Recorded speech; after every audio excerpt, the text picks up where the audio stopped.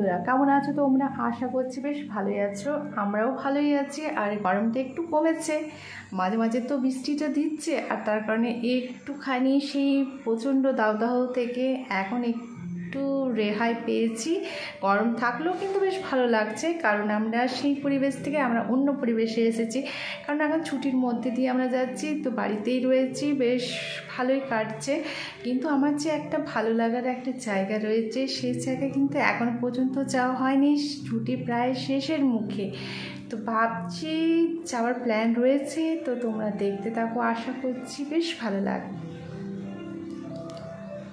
দেখে কিছুটা আন্দাজ করতে পারছো কি হতে চলেছে বা কি হচ্ছে? ইটের উপরে যে চেয়ার থাকে সেটাকে কি বলা হয়? আমাদের এখানে বলা হয় ইটালিয়ান সেলুন।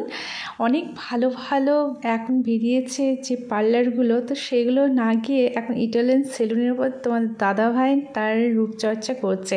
তো সেটাকে ক্যামেরাবন্দি তো করতেই হয়। আর সত্যিকারেরই বাইরে পার্লারে কতটা কি পরিষ্কার করা হয় জানি না, কিন্তু হাইজিনিক দিক থেকে সেই পার্লারগুলো হয়তো মেনটেন করে। এখানে জানি না কতটা কি মেনটেন করে এখানে, কিন্তু এখানে যে জিনিসগুলো দেওয়া হয় সেইটা হচ্ছে পিওর খাঁটি। কারণ এখানে যে এক্সট্রা ম্যাসাজটা দেওয়া হয় না, সেইটার তুলনা হয় না, কারণ পুরো হাত পা ছেড়ে যায়। তোমাদের দাদাভাই তো এই ম্যাসাজ খেয়ে তো বেশ ভালোই বললো, আর পরিষ্কারটাও বেশ ভালোই লাগলো। কারণ আমি যে অবস্থায় দেখেছি, বাড়িতে গেলে তো আমাদের অবস্থা কালো হয়ে যায়, কালো ভূত হয়ে যায়। আর সেই ভূতটা তোমাদের দাদাভাই একটু দূর করার জন্য সে বসেছিল, আর তার রূপচর্চা হয়ে গেছে। এখন আমরা তেল ভরছি, কারণ আমরা যাচ্ছি এখন যেখানে যাচ্ছি সেখানে যেতে গেলে ঝাড়খণ্ড পড়ে। তো ঝাড়খণ্ডে তেলের দাম একটু সস্তা রয়েছে, তার কারণে আমরা তেলটা ভরে নিচ্ছি। পরিবেশটা দেখো জাস্ট ওয়াও। আর আমার হুলিয়াটা একবার দেখিয়ে দিই। আর সত্যিকারই যা রোদ গরম পড়েছে, তো তার কারণে এত প্রোটেকশন। আর সত্যি কথা বলতে কি আমার শরীরটা একদমই ভালো লাগছে না, মনে হচ্ছে কখন আমি পৌঁছবো। কিন্তু এখানে পরিবেশটা আমার খুবই ভালো লাগলো। তো এই পরিবেশটা দেখে আমার একটা গান খুব মনে পড়ছে। হে সেই কৃষ্ণ চূড়াল যার তলে দাঁড়িয়ে হাতে হাত চোখে চোখ, আর আমার জানা নেই, কিন্তু আমার খুবই ভালো লাগে গানটা। আর এখানে কৃষ্ণচূড়ার ফুলগুলো দেখে আমার খুবই ভালো লাগলো, কারণ রাস্তার দুপাশে লাল লাল ভরে গেছে, মানে আমার চোখ জুড়িয়ে গেছে, মনটাও ভরে গেছে, খুবই ভালো লাগছে জার্নিটা। শরীরটা খারাপ রয়েছে, কিন্তু তা সত্ত্বেও এই পরিবেশটা আমার খুবই ভালো লেগেছে।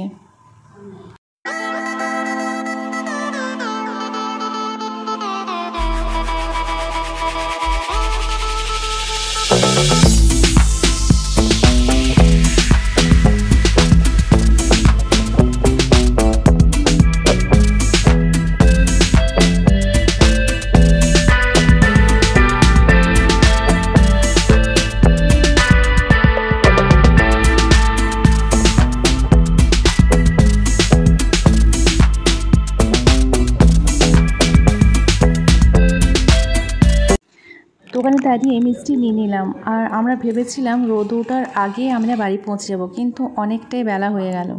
বাড়িতে শুয়েছিলাম, কিন্তু হঠাৎ করে মেঘ দেখে সব বাইরে বেরিয়েছি। তোমাদেরকে দেখাচ্ছি ব্যাক ক্যামেরাতে কেমন ঘন কালো মেঘ হয়ে এসছে। আর আজকে আমি এসছি শ্বশুরবাড়ি থেকে বাপের বাড়ি, আর সাথে বলেছিলাম যে আমি আসবো, বৃষ্টি নিয়েই আসবো। আর সত্যিকারের কথাটা সত্যি হচ্ছে। তো চলো তোমাদেরকে দেখাচ্ছি যে কেমন মেঘটা করেছে।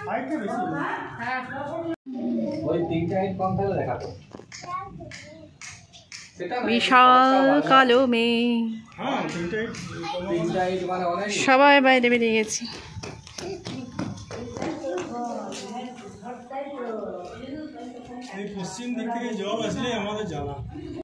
বৃষ্টি আসার আগের মুহূর্তটা কিন্তু বেশ ভালো লাগেছে। এমন কোনো একটা শুভ কাজের আগে যখন এই 10 দিন 12 দিন এই আসছে আসছে আসছে, মানে ভিতরের মধ্যে একটা আনচান করতে থাকে, কিন্তু যখন চলে আসে তখন ততটা ভালো লাগে না। কিন্তু এই আসার আগের মুহূর্তটা মানে ভেতরে বেশ আলাদা রকমের একটা চনমন ভাব চলে আসে। আর সত্যিকারের এই গরম এই কটা দিন মানে অসহ্য হয়ে উঠেছিল, পেরে ওঠা যাচ্ছিল না। আর একটা স্বস্তি নিঃশ্বাস আমরা ফেলছি, এত সুন্দর একটা ঘন কালো মেঘ চলে এসছে। আর আমাদের মধ্যে বেশ আনন্দ লাগতে শুরু করে দিয়েছে। আর সেই আসার আগেটাতে প্রচুর হাওয়া, আর এই হাওয়াটা বেশ খেতে বেশ ভালোই লাগছে। তো এই হাওয়াটা কিছুক্ষণের মাত্র, কারণ ধেয়ে আসবে, বিদ্যুৎ চমকাবে, তো তখন তো সেই বিদ্যুৎ এই গাছটা বলে জল আটকাতে হবে। আর আমাদের থেকে ওখানে একটা পুলি আছে, তো ওটা দিয়ে জল ঢুকবে, তো সেইটাই কী করে আটকানো যাবে সেটাই চেষ্টা হচ্ছে। আর মেঘের তো পুরো অবস্থা ঘন কালো হয়ে আসছে। ছোটো হয়ে গেছে নতুন ঘর।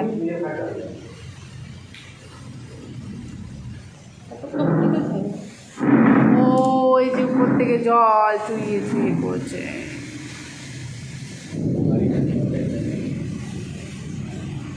মনু সরো তো, বৃষ্টি কোথায় পড়ছে। এইখানে বৃষ্টি পড়ছে, তারপরে মায়ের অবস্থা শোচনীয়, কারণ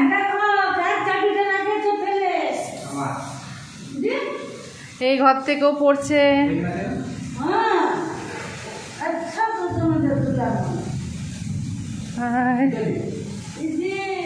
এই ঘর থেকে পড়ছে, উপর থেকে।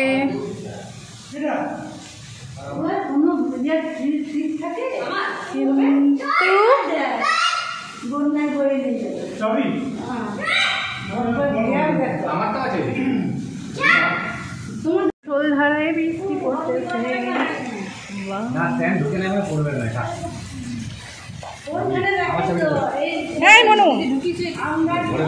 আমি চপ্পলটা বিয়ে করার জন্য উপরে তুললাম।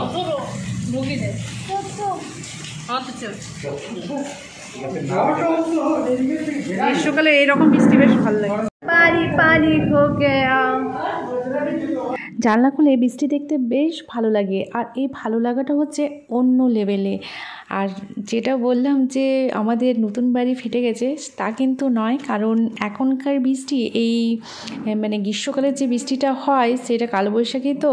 আর এটা পূর্ব দিক থেকে পশ্চিম দিক থেকে ওটা বৃষ্টিটা বইছিল, তার কারণে আমাদের যে গুলগুলিটা রয়েছে, তো সেই গুলগুলিটাতে কোনো প্রোটেকশন নেই, তার কারণে সমস্ত জল ঢুকে গেছে। আর আমাদের যে ছাদের দরজাটা সেটাও সেই দিকেই রয়েছে দরজাটা, তার কারণে পুরো মানে জেটেসটা চলে এসছে।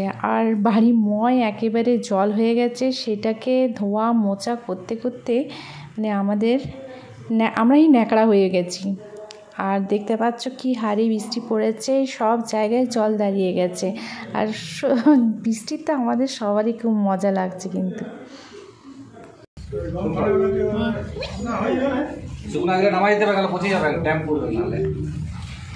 এক সাইডে তোমাদের দাদাভাই জলগুলোকে বের করছে, আর আমি আমার রুমের যে জলগুলো সেগুলো এখন নিংড়ে নিংড়ে বালতির মধ্যে ফেলছি, শুকনো করতে হবে। আর এই যে এই গুলগুলিটা দিয়ে সমস্ত জল ঢুকেছে।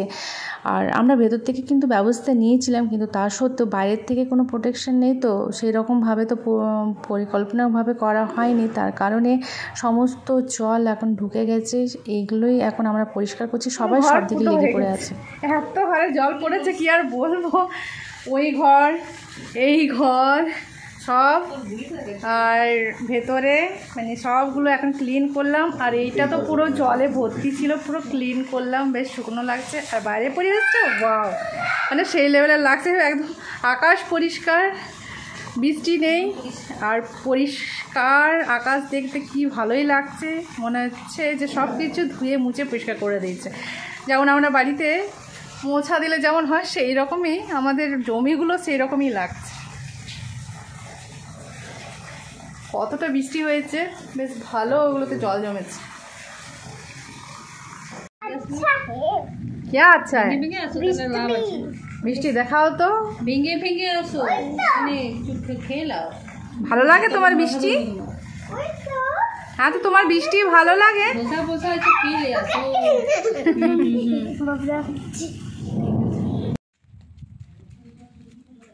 বলেছিলাম যে গাছ লাগাবো বলে, একটা হলো, তো সেই গাছটা সেই রকম বিশাল কিছু নয়, একটা ফুল গাছ লাগাচ্ছি। এই সাইডে ওই সাইডে এই যে নিয়ে এসেছি, এইটা লাগাবো এইবারে। পরিবেশটা বেশ সুন্দর করে দিচ্ছে গাছ লাগাবার জন্য, তাই আমরা সকালবেলায় চলে এসেছি শাবল নিয়ে। আর এই শাবল খুঁড়েই এখন আমরা গাছ লাগাবো। তো আমি একা লাগাবো না, সবাই মিলে, বোন, আমি আর পুচকি মিলে। তো সত্যিকারের এই পারে আমরা যে গরমটা ভোগ করেছি সেটা বলার ভাষা নেই। কারণ সত্যিকারই তো আমরা পৃথিবী, আমাদের পরিবেশটাকে আমরা নিজেরাই নষ্ট করছি। কেউ জঙ্গলে আগুন লাগিয়ে দিচ্ছে, গাছ কেটে দিচ্ছে, তার জন্য পরিবেশটার ভারসাম্য নষ্ট হয়ে যাচ্ছে। তো আমরা যদি চিন্তা না করি তো আর কে করবে? তো আমি তো ভেবেছিলাম যে এবারে আমি একটা গাছ হলেও লাগাবো। আর সেই সুযোগ হয়ে গেল, আমাদেরকে উপর থেকে জলও দিয়ে দিয়েছে সন্ধ্যেবেলায় কালকে। আর আজকে সকালবেলায় আমরা সবাই মিলে এখন গাছ লাগাচ্ছি। আর এই গাছটা হচ্ছে টগর গাছ। যখন ফুল ফুটবে তোমাদেরকে দেখাবো কি সুন্দর ফুলগুলো ফুটবে।